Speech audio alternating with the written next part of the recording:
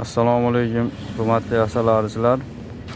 Bizda erta bahor va kech kuzga yaqin ishlatiladigan asalar uchun diafragmalar bor. Tak.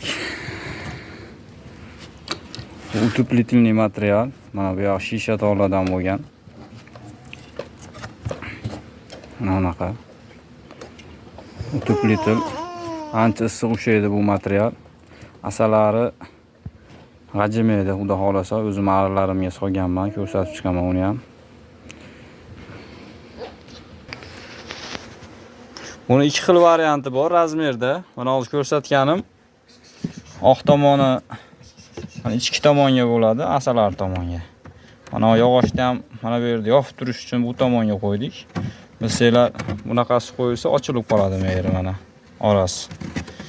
Hop. Bu ko'rsatganimda ikki chekada zazor bor. Bitta barmoq sig'maydigan darajada zazor bor. Asalar o'tish uchun. Endi yana bitta ikkinchisida mana ikkinchisida razmerida bunda zazor qo'ymadim bunga deyarli.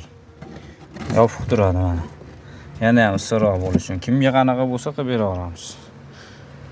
O'zim asalarimga soldim buni birinchi. Asalarni mana bu bittasini ochamiz, mana solganim bor. Ancha bo'lgan solganimga buni.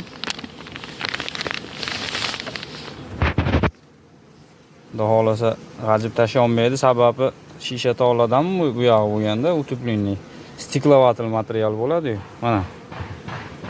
Mana g'ajimagan mana hamma tomonini.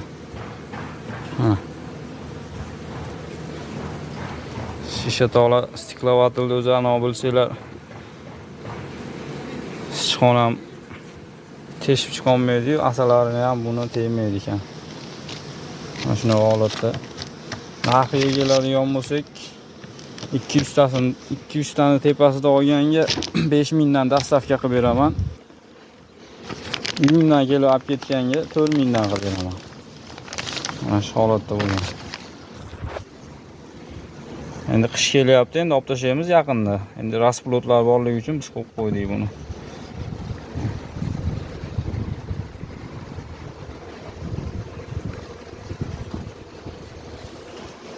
Bo'yi 31,5.